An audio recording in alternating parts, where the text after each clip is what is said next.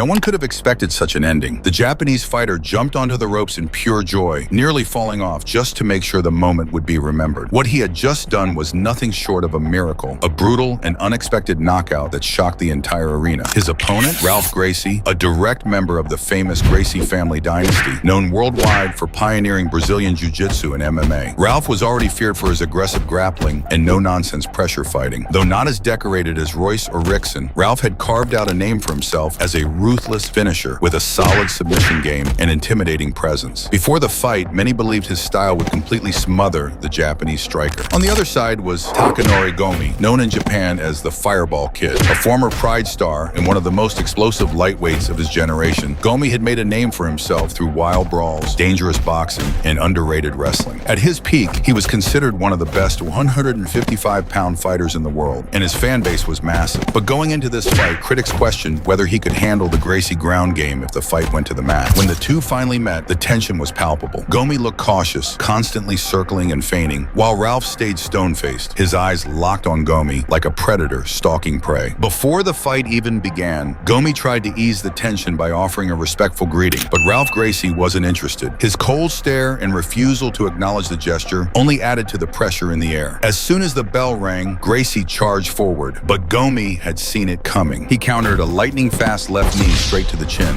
The strike landed flush, and he crashed to the canvas. Gomi followed up with a couple of brutal knees to the head before the referee rushed in. The fight was over. Victory for Gomi. It wasn't just a win, it was a statement. That night, the world watched in awe as a new hero rose from the chaos of the ring.